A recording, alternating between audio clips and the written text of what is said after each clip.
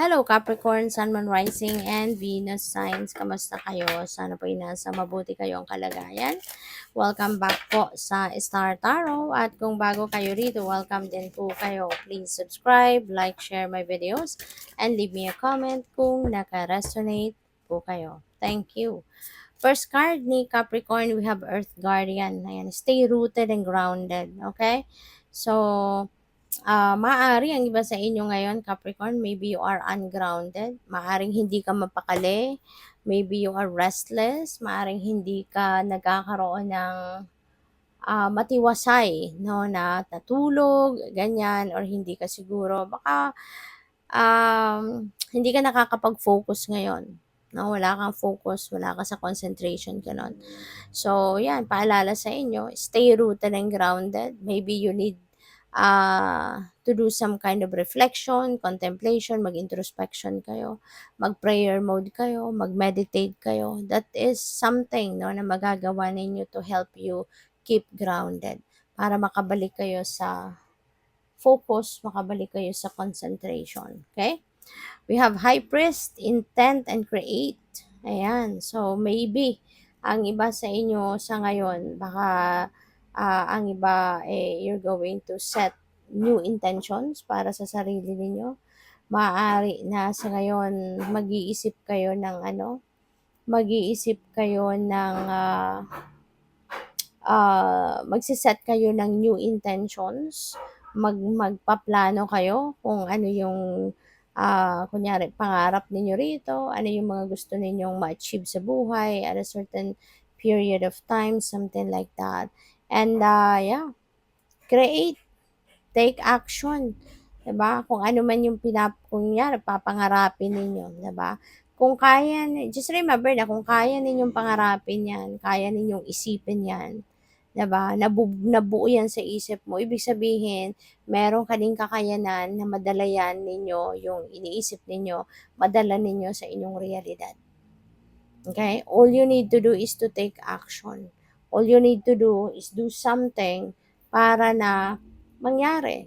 Diba? Kung ano man yung pinangarap ninyo. Okay? So, what else? We have Arrow. Surround yourself with protective energy. Alright? So, isa na din sa magagawa ninyo ito is to surround yourself with positivity, with positive thinking people, surround yourself with happy people, supportive, encouraging people, no? Yun ang ipaligid ninyo sa buhay mo, sa sarili mo. Okay? And don't allow other people, no, na apak-apakan ka, 'di ba? Do not entertain those mga kunyari may mga nagmamarites, may nagmamarisol sa inyo, no? Pakinggan mo lang sinasabi ng mga ito kung hindi mo maiwasan, tapos ilabas mo lang din naman sa kabilang tenga mo. Do not allow those information na makaapekto sa inyo in a negative way. Okay? So, tingnan natin ano pa ang ganap. And by the way, maraming salamat muna for subscribing. And if you haven't subscribed yet, subscribe na po kayo. And also, maraming salamat din for not skipping the ads. Malaking bagay din yan sa akin. And also, please click the join button sa baba ng video kung gusto po ninyo na mag-join kayo sa membership. Okay? Salamat po. So, we have Cosmic Rainbow. Ayan, look for the pot of gold and accept joy. Wow, Capricorn. This is blessing. Maaaring financial blessing ito. Diba? Parang isang kalderong pera. Diba? At kayamanan or pwedeng precious na pangyayari, opportunities, no, maaring ganun din. There's so much potential, no, sa kung ano man nilalaman ng pot of gold na to. There's so much potential in there. Kaya, yun, swerte ninyo, no, maswerte kayo sa ngayon at mayroong mga blessings na papadating. Diba? Sometimes kahit hindi natin hingiin, diba? Kung yan ay talagang nakatakda para sa atin, yan ay ipapadala sa atin, yan ay ibibigay sa atin, no? So what else? We have access your gifts, explore your treasure chest, and accept who you truly, Siglit lang. Pasensya na. Accept who you truly are. Ang kakabulol-bulol talaga. So, yun, access your gifts, Capricorn. Maaari na sa ngayon talagang ang mga psychic abilities ninyo, intuitive abilities ninyo siguro magigising na, no? Time na para magbukas na ang inyong sarili para dito sa mga gifts ninyo. At maaring it's about time na for you to recognize them. It's about time na para i-embrace ninyo ito kasi baka magagamit ninyo ito para sa pag-carry out ng mga pangarap ninyo or sa pag-carry out ng mga ano ninyo, pag-carry out ng pangarap ninyo or pag-carry out ng inyong mga mission sa buhay. Kaya maaring unti-unti, nire-ready na kayo ng universe para dito. So, what else? We have refreshing oasis, nurture yourself and gather your strength. Baka ang iba sa inyo dito, napapabayaan nyo na ang inyong sarili. Po pwede na you are focused more on other things. Trabaho, career ninyo, negosyo siguro, relationships. Baka nandoon, no, sa few areas of life lang kayo nagkakaroon ng maraming oras. And baka nakakaligtaan nyo na yung inyong sarili. Kasi baka nakakaramdam kayo na okay naman ako. 'Di ba? Wala ka namang iniindang kung anong sakit or whatever, 'di ba? Kaya okay lang, tuloy-tuloy ka lang sa ano. Pero paalala ito sa inyo na kailangan mo na paminsan-minsan, 'di ba?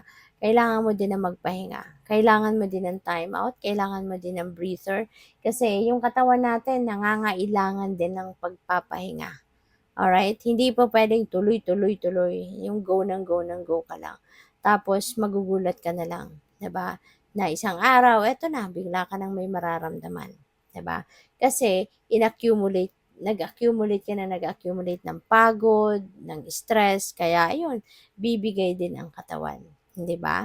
Kaya wag na nating hintayin na ganun ang mangyari, 'di ba? Wag nating abusuhin ang ating katawan. Let's make sure na kahit maganda ang inyong pakiramdam, aalagaan nyo pa rin ang inyong sarili. Kakain ka pa rin ng masustansyang pagkain, kung ano mga bawal, iwasan. At tulog, ibigay, napaka-importante ng tulog kasi yung tulog during sleep, that's when our body repairs our damaged cells. 'Di ba? Mga cells na na-stress in the past days, weeks, no, hours, yun, kailangan natin yun para ma-maintain ang good health, para ma-maintain ninyo yung inyong strength. Okay? Pupuwede ng iba sa inyo, sabi dito kasi gather your strength. So, pupuwede ang iba may nararamdaman sigurong kapaguran na. 'Di ba? Yun, maaaring nararamdaman na ng katawan ninyo yung pagod. Kasi maaaring, kumbaga, nasagad na ang lakas. 'Di ba? Remember na yung katawan natin, tao lang tayo at may kapaguran yan. May expiration din ang lakas natin. Kaya dapat mayat maya nire-replenish natin ito. Mayat maya talagang binabalik natin sa katawan natin yung strength natin. Okay? Kasi hindi po pwedeng sagarin natin ito. Okay? Kasi yun, pag nasagad na yung lakas mo, 'di ba, naabuso na yung kalusugan mo, ayan na, magma-manifest na yan sa katawan mo. Meron ka ng mga sakit-sakit na mararamdaman. Nananakit ang ulo, nananakit ang balikat, likod, paa, tuhod, at kung ano-ano pa. At hihina, 'di ba, ang inyong katawan. Kaya kailangan na lagi kayong magbibigay ng oras, panahon at atensyon sa pag-nurture ng inyong sarili para lagi ka lang maganda ang pakiramdam, lagi ka lang malusog, no, at malakas. So what else? We have stand in your power, be passionate about your vision, bring about positive change. So for some of you lang ito kasi ramdam ko dito na kayo ay talagang passionate kayo sa vision ninyo. Kung ano yung pinapangarap ninyo, ginagawa din ninyo yung lahat na para ma-achieve ninyo ito. Kaya for those of you na medyo napanghihinaan ng loob, for those of you na parang nagdududa sa inyong mga kakayanan, so eto, be passionate about your vision. Kasi always remember na kung kaya ninyong i-envision yung mga bagay na yan na pinapangarap ninyo, kayang-kaya ninyo din yan dalhin sa inyong realidad. Kayang-kaya ninyo yung may experience. Kayang-kaya ninyo yan na you can bring it to life. Okay? So, good luck. Thank you for watching. Love and light. Namaste.